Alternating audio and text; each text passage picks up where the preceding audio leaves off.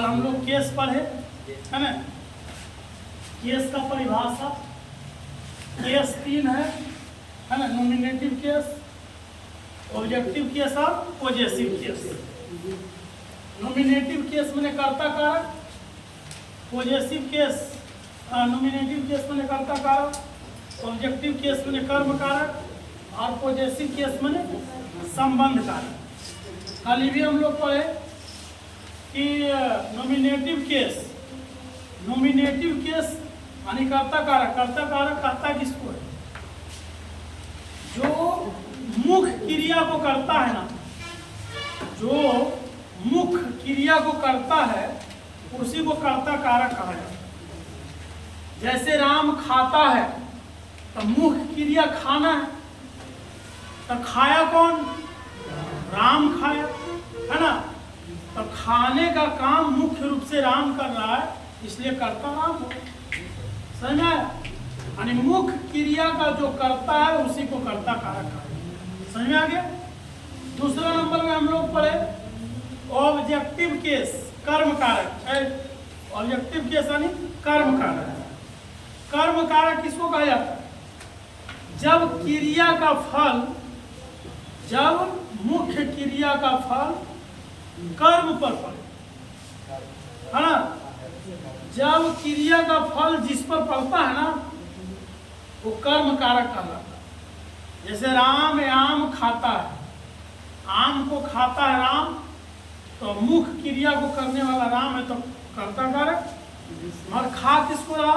आम को, तो खाने का काम आम पर हो रहा है, क्रिया का फल आम पर पड़ रहा है, इसलिए कर्म कौन है? आम है। मैं आप लोग को पढ़ाता हूँ तो मैं तो करता हो गए, आप लोग को पढ़ा रहे हैं, आप लोग मेरा कर्म हो गए, है ना। पढ़ाना क्रिया हो गया। संबंध है, संबंध कारक को पढ़ेंगे। संबंध कारक का परिभाषा कल बताया गया था। संबंध कारक क्या करता है? किसी संज्ञा के साथ संबंध जोड़ने का काम, किसी संज्ञा के साथ संबंध जोड़ने का काम करता है। यह मेरा कलम है, अब बता, यह मेरी कलम है ना। यह मेरी गाय है, यानी गाय के आगे मेरा मेरी आ करके अधिकार बताया, संबंध बताया। जो शब्द किसी संज्ञा के आगे आकर अधिकार या संबंध बताता है ना, वही संबंध कारक। यह मेरा कलम है, मेरा पता चल रहा है कलम किसका है? तो मेरा है। कैसे पता चला? उसके आगे मेरा लगाया, तब पता चला इस कलम पर मेरा अधिकार है। मेरा है तो मेरा है। मगर एक चीज जानना हो, संबंध कारक जो है दो प्रकार का है।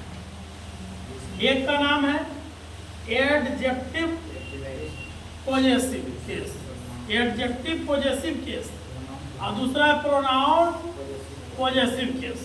पॉजेसिव केस को दो भाग में बांटेंगे, एडजेक्टिव पॉजेसिव केस और प्रोनाउन पॉजेसिव केस, है ना। यानी पॉजेसिव केस को दो भाग में बांटा गया है। आखिर दो भाग में है क्या जानते हैं? पूरा हम विस्तार से बता दें।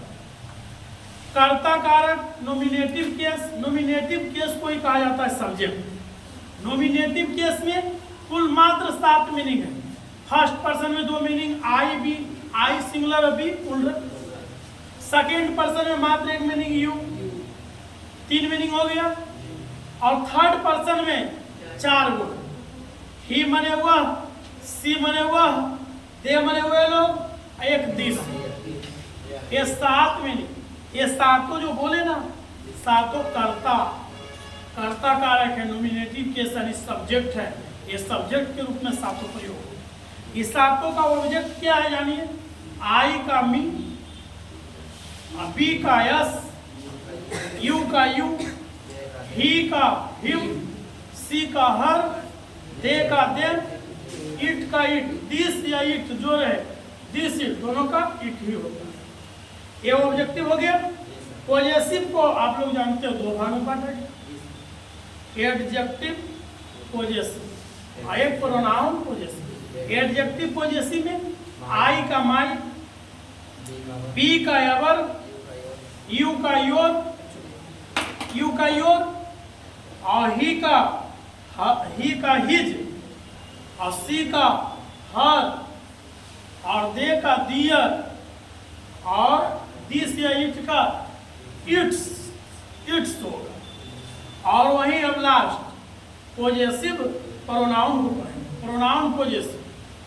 प्रोनाउन पॉजेसिव में आई का माइन, बी का अवर्स, यू का योर्स, ही का हिज, हर का हर्स, है ना, दे का दियर्स और लास्ट में जो इट है उसका प्रोनाउन पॉजेसिव नहीं होता। हमने मौखिक परिभाषा भी समझा दी और सबका प्रोनाउन भी बता दिए। अब उस टेबल को हम लोग लिखेंगे और उसका प्रयोग को सीखेंगे कि हम प्रयोग ट्रांसलेशन में हिंदी से अंग्रेजी बनाने में किस प्रकार प्रयोग करेंगे। तो पहले हम लोग लिखेंगे केस टेबल। कल केस टेबल लिख लिए हो, इसलिए आज केस टेबल लिख देंगे और उसका प्रयोग करके ट्रांसलेशन बताएंगे, है ना। CASTABLE टेबल, ये है आपका केस टेबल। केस टेबल में हम लोग पहले लिखेंगे पर्सन को। एक कॉलम में पर्सन हो गया, दूसरा कॉलम में नोमी नेटिव केस जिसको सब्जेक्ट भी कहा जाता है। उसके बाद आपका आता है ऑब्जेक्टिव केस जिसको शॉर्ट में ऑब्जेक्ट कहते हैं, है ना। तीसरा नंबर में है पॉजेसिव केस। ये दो है। पॉजेसिव केस कितने हैं?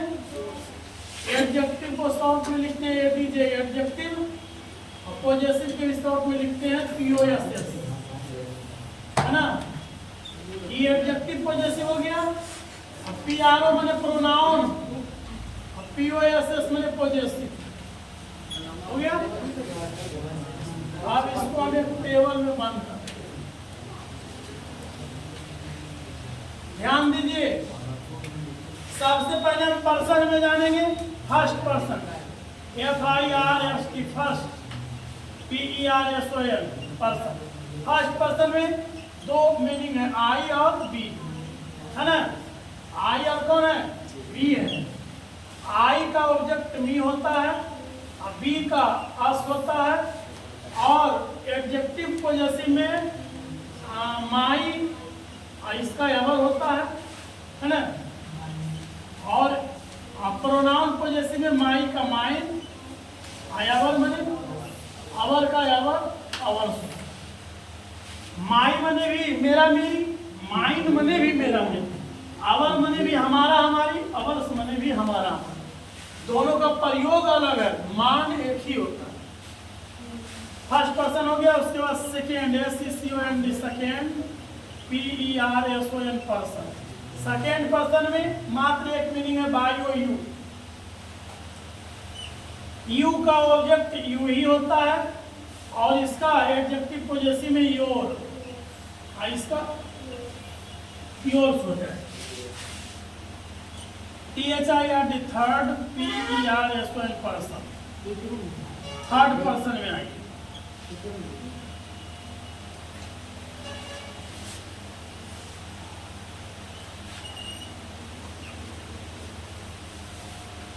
थर्ड पर्सन में बाबू ही, सी, दे, दिस या तो इट। ही का ऑब्जेक्ट हिम होता है, सी का हर होता है, दे का देम होता है और दिस या इट है उसका इट होता है। आइए पॉजेसिव एडजेक्टिव पॉजेसिव में हिम का हिज, हर का हर, दे का दियर, इट का इट्स होता है, इट्स होता है। और इसका हिज का प्रोनाउन पॉजेसिव में हिज ही होता है, हर का हर्ष होता है, दियर का THEIRS दियर्स होता है, इट्स का कुछ। ये पूरा जो है जो केस टेबल है, पता है केस टेबल ये बहुत इम्पोर्टेंट है। जब हम वॉइस पढ़ेंगे वहाँ भी इसका प्रयोग, जब हम नरेशन पढ़ेंगे तो वहाँ भी इसका प्रयोग, और कुछ डिग्री में भी प्रयोग होता है और रिमूव टू में भी प्रयोग होता है। इसलिए केस टेबल को जानना बहुत जरूरी है ना। और इतना अच्छा समझा दी। अब हम जा रहे हैं इन सब का प्रयोग हिंदी से अंग्रेजी अनुवाद में कैसे करेंगे, उस प्रयोग को जान लेंगे। सबसे पहले हम लोग जानेंगे नॉमिनेटिव केस का प्रयोग। नॉमिनेटिव केस, जरा शॉर्ट में सब्जेक्ट भी बोला जाता है, का प्रयोग। इसका प्रयोग हमेशा कर्ता के रूप में प्रयोग होता है, आगे आएगा। जैसे उदाहरण के तौर पर नंबर 1 में एक चीज और जान लीजिए, इतना जानने के बाद, है ना, इतना जानने के पहले एक चीज जान लीजिए, हम लोग हिंदी में वाक्य को किस प्रकार लिखते हैं, जो जाने, है ना।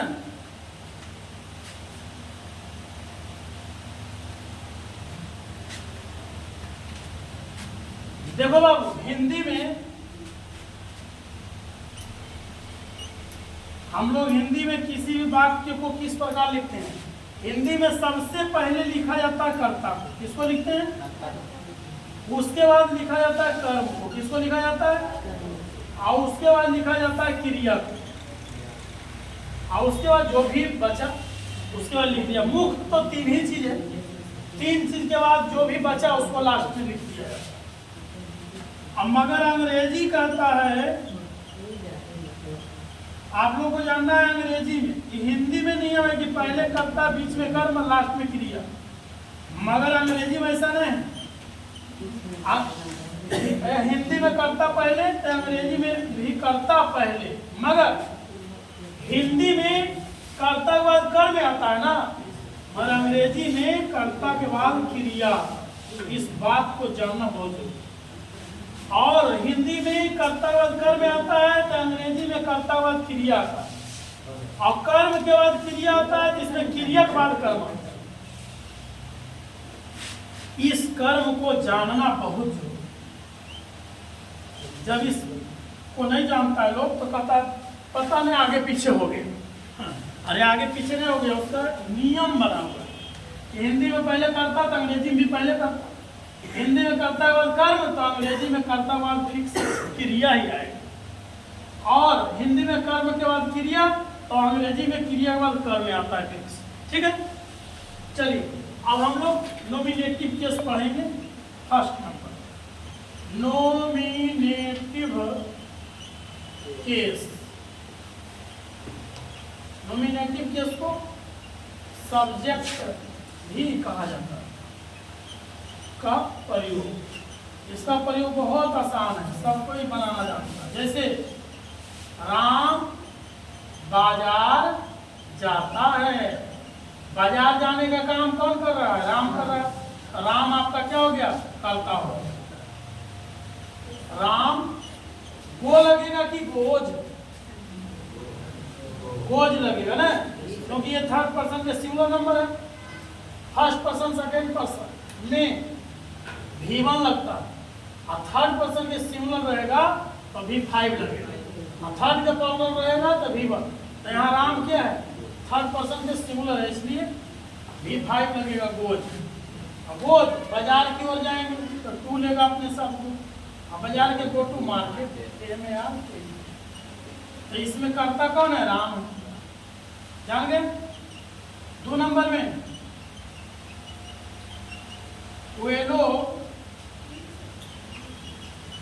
वे लोग किताब पढ़ते हैं, वे लोग किताब पढ़ते हैं, जिसमें कर्ता कौन है,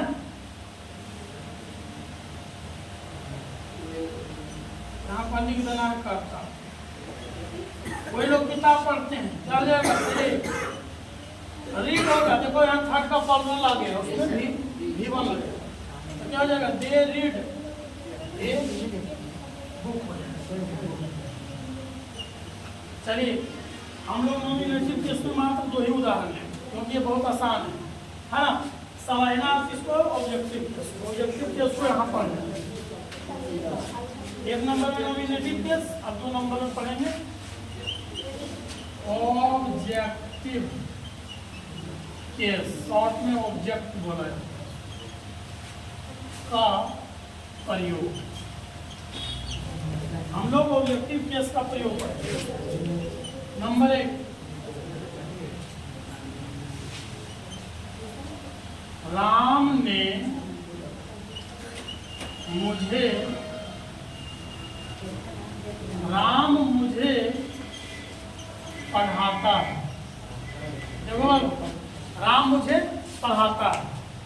राम जो है पढ़ाने का काम करता है ना, मुख्य क्रिया का काम राम कर रहा है, इसलिए करता हो गया। अब काम किस पर हो रहा है, मुझ पर, यानी क्रिया का फल मुझ पर पड़ रहा है। तो ये जो राम है ये हो गया क्या, कर्ता। ये क्या हो गया, कर्म। ये क्या हो गया, क्रिया। अनुवाद अंग्रेजी में करेंगे तो राम के राम, अंग्रेजी क्या करता है, कर्ता बाद क्रिया आएगा। तो क्रिया क्या है, पढ़ाना। पढ़ाना की क्या होता है, टीच होता है। मतलब टीच होगा कि टीच जे। राम थर्ड का सिंगुलर है, V1 की V5 लगेगा, ऐसा लगना ये। राम टीच जो, अब मुझे कर्म है यानी ऑब्जेक्ट है, तो ये फर्स्ट पर्सन ना है। अब मुझे मैंने एक व्यक्ति सिंगुलर, तो सिंगुलर में क्या है, आई का ऑब्जेक्ट क्या होता है, मी। तो यहाँ पर क्या हो जाएगा, मी हो जाएगा। समझ में आया। दूसरा है, वे लोग तुम्हें देखते हैं। वे लोग तुम्हें हेलो, हाँ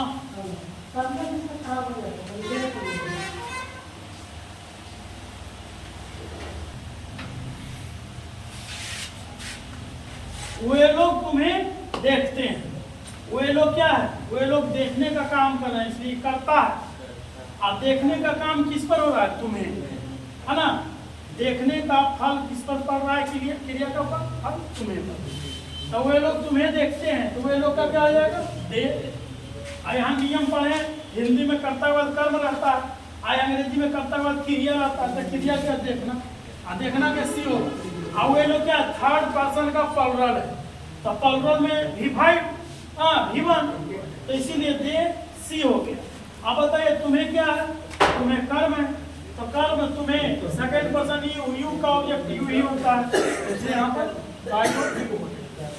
चलिए 2 को एग्जाम्पल से समझ में नहीं आ गया, 2 को बहुत है। अब हम लोग बढ़िया से जानेंगे, पता है किसको, इस दोनों का प्रयोग, मेन लक्ष्य ये दोनों कि आखिर दोनों माई मने भी मेरा मेरी, माई मने भी मेरा मेरी, अवर मने भी हमारा हमारी, अवर्स मने हमारा हमारी। दोनों में अंतर क्या है, चलिए इस अंतर को यहाँ जाना। पॉजेसिव केस 3 नंबर में, पॉजेसिव केस, पॉजेसिव केस का प्रयोग करें। पॉजेसिव केस का प्रयोग, है ना। नंबर 1 पॉजेसिव केस तो 2 है भाई। तो पहला नंबर में पॉजेसिव केस के पढ़ेंगे, तो पहला नंबर में पढ़ लेते हैं एडजेक्टिव पॉजेसिव का प्रयोग। अब यहाँ आप लोग जानिए, एक बात ध्यान से जानिए, एडजेक्टिव पॉजेसिव सदैव नाउन के पहले आता है। इस बात को याद रखना है। एडजेक्टिव पॉजेसिव सदैव नाउन के पहले आता है। एडजेक्टिव पॉजेसिव सदैव नाउन के पहले आता है। और जो ये प्रोनाउन पॉजेसिव जो है नाउन के बाद आता है। प्रोनाउन पॉजेसिव कभी भी नाउन के पहले नहीं आएगा। नाउन के पहले सदैव क्या आता है, एडजेक्टिव पॉजेसिव। देखिए एडजेक्टिव पॉजेसिव का उदाहरण, यह मेरा घर है। पता, घर नाउन है, नाउन के पहले मेरा है, तो यह का दिस इज, नियम वही चल रहा है। कर्तावाद क्रिया, देखो कर्तावाद क्रिया है, जौन भर आवे, जुलरी भर रहे, मेन भर, क्लेशो भर, कोनो भर, है ना। कर्ता हुआ तो क्रिया, उसके बाद कर्म है ना। यह मेरा घर है, दिस इज मेरा घर, नाउन के पहले मेरा तो माई हाउस। जब बनाना रहेगा प्रोनाउन पॉजेसिव में तो एक ट्रांसलेशन होगा यह घर मेरा है ना। तो पहले हम लोग एडजेक्टिव पॉजेसिव पढ़ रहे हैं, इसको जान लेते हैं। दूसरा, यह हमारा गांव है, हो जाएगा दिस इज हमारा गांव, हमारा के यहाँ अवर लगेगा, अवर विलेज। 3 नंबर में यह उन लोगों का पंखा है, यह उन लोगों का पंखा है। दिस इज उन लोगों का, उन लोगों का प्लुरल क्या दे, ये ऑब्जेक्ट इसकी आपका पॉजेसिव एडजेक्टिव पॉजेसिव है, तो डियर हो जाएगा, डियर। हाँ चलिए 3 ट्रांसलेशन बहुत है एडजेक्टिव पॉजेसिव। अब हम लोग 2 नंबर पढ़ लेते हैं, प्रोनाउन पॉजेसिव। प्रोनाउन पॉजेसिव का प्रयोग करें, जानते हैं अब हम लोग प्रोनाउन पॉजेसिव का उदाहरण। याद रखिए प्रोनाउन पॉजेसिव में प्रोनाउन पॉजेसिव सदैव नाउन के बाद आता है, इतना जान लो। एडजेक्टिव पॉजेसिव सदैव नाउन के साथ रहेगा, या अकेला कहीं भी एडजेक्टिव पॉजेसिव नहीं आता। कोई भी ट्रांसलेशन में देखोगे तो माई योर अवर अकेले नहीं रहेगा, जरूर माई के बाद brother, my house, my book, कुछ भी नाउन जरूर रहेगा। एकदम फिक्स है कि एडजेक्टिव पॉजेसिव के बाद नाउन रहेगा, मगर प्रोनाउन पॉजेसिव अकेले रहेगा। अकेले रहने की वजह से इसका नाम रखा गया प्रोनाउन पॉजेसिव। देखते हो ये सब अकेले है कि नहीं। वे लोग किताब पढ़ते हैं, दे अकेला आ रहा है, दे रीड ए बुक, है ना। यहाँ पर देखिए इसमें अगर इसको हम इस ट्रांसलेशन को बनाना है प्रॉपर प्रोनाउन पॉजेसिव में, यह मेरा घर है, ये हो जाएगा यह घर मेरा, यह घर मेरा है, यह घर एक साथ आ रहा है, तो this house,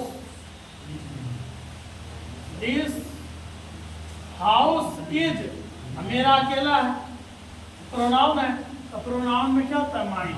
this house is mine. अब हम लोग दूसरा नंबर में पढ़ेंगे। दूसरा निकला यह हमारा गांव है, तो ये हो जाएगा यह गांव, यह गांव हमारा है, यह गांव हमारा है, तो क्या हो जाएगा, दिस विलेज,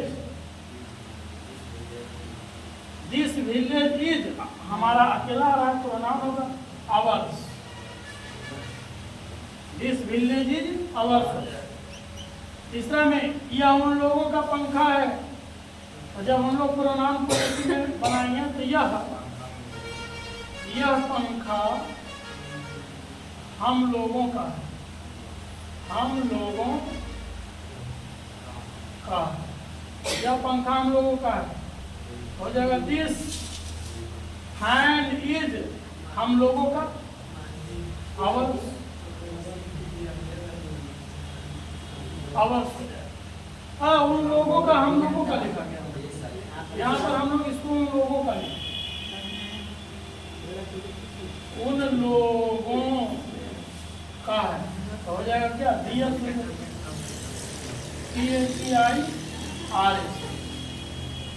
चलिए इस प्रकार हम लोग आज कल परिभाषा पढ़े थे केस का, आज हम लोग केस का तीनों का परिभाषा रिवीजन किए, और उसके बाद आज केस टेबल को दोहरा करके पढ़े। उसके बाद केस टेबल पर आधारित कहाँ पर किस प्रकार से इसका प्रयोग होगा, 2-3 उदाहरण से हम लोग इसको पढ़े और समझे और जाने। आगे जब हम ट्रांसलेशन बनाने के लिए देंगे तो उसमें ये सब नियम मिलेगा। अब केस का परिभाषा, केस टेबल समाप्त हो गया। केस का प्रयोग किस प्रकार करेंगे, केस टेबल का प्रयोग किस प्रकार करेंगे ट्रांसलेशन में सीख लिए। अब इसका प्रयोग आगे चल के जब हम लोग नरेशन वॉइस पढ़ेंगे तो उसमें इसको किस प्रकार से प्रयोग करेंगे वो उस ग्रामर को पढ़ेंगे तब। आज केस समाप्त हुआ। केस के बाद अब हम लोग पढ़ेंगे नंबर। नंबर में वचन सिंगुलर प्लूरल नंबर पढ़ेंगे और उसका प्रयोग पढ़ेंगे, किस प्रकार से हम लोग नंबर को चेंज करते हैं सिंगुलर से प्लूरल, प्लूरल से सिंगुलर। उस नियम को नेक्स्ट डे पढ़ेंगे, है ना। यानी बृहस्पतिवार शुक्रवार 2 दिन ग्रामर होता है, तो अगला बृहस्पतिवार को हम लोग क्या शुरू करेंगे, नंबर यानी वचन।